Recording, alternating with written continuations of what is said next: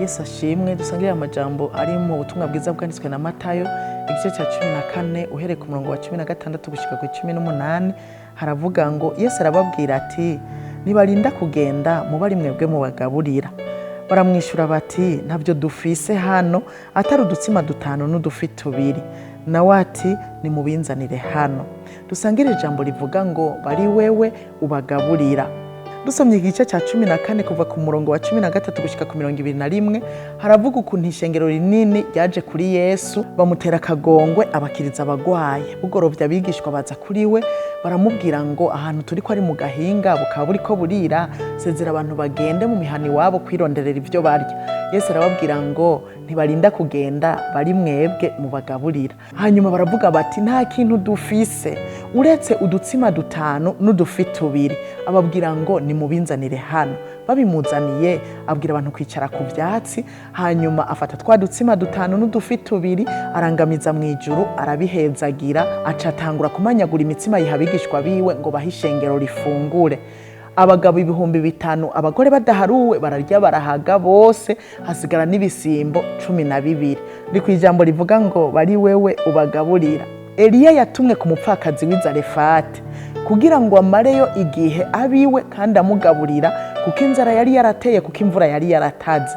Ageze kuri wa mupfakazi w'Izarefati niwe nyene yamubwiye ngo nta kintu ufise uretse agafu gakeya kari ku rushi kari mu gaseke n'uturanguzwa tw'amavuta turi mu gakarabo.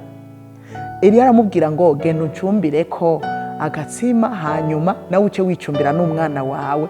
Wa mupfakazi abigira uko nyene. Hanyuma Eliya aramubwira ngo ifu ntizohera mu giseke n'amavuta ntazohera mu gakarabo, kandi niko vyagenze. Ariko ndakwibutsa ko uwo mukenyezi yavuga ngo nta kintu ufise. Hari n'inkuru yabaye kuri Elisa.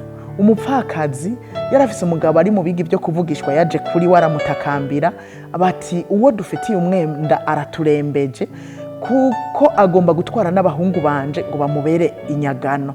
Elisa aramubaza ijambo ryoroshe ngo hari ikintu ufise? Nawe amwishura ngo nta kintu ufise uretse uduvuta dukeya twa elayo. Aramubwira ngo genda ugira ivyo utiye mu babanyi, hanyuma ugenda mu cumba wiyugarane n'abana bawe utangure usuka ayo mavuta. Barabikora uko, barasuka biruzura vyose. Hanyuma arabaza abana ati bati nta gisigaye? Ati ntaco. Ayo mavuta carahagarara. Acagenda kubwira wa mukozi w'Imana Elisa. Elisa cyamubwira ati genda ugurishe uriho uwo mwenda, ibisigaye bigutungane n'abana bawe. Abo bantu bose ndababwiye 3, abigishwa, uyu mupfakazi w'Izarefate, uyu mupfakazi wo mu gihe cya Elisa, bose bavuga ngo nta kintu ufise. Utwo nyene nitwo Imana yagwije duhaza abantu benshi. Nawe ushobora kuba hari abantu baza kuri wewe ukababwira ngo nta kintu ufise. Burya utwo nyene ufise Imana irashobora kutugwiza, hanyuma tugatunga benshi, tugatabara benshi, tugahaza benshi. Ntuce umwano ivyo ufise, ariko ivyo ufise nyene bishimira Imana, hanyuma ubisangire n'abandi. Abandi ndazi ko bazohazwa. Kimwe gusa ntuzurahakana ngo nta kintu ufise. Ico nagomba kukubwira gusa nibarinde kugenda bari wewe ubagaburira.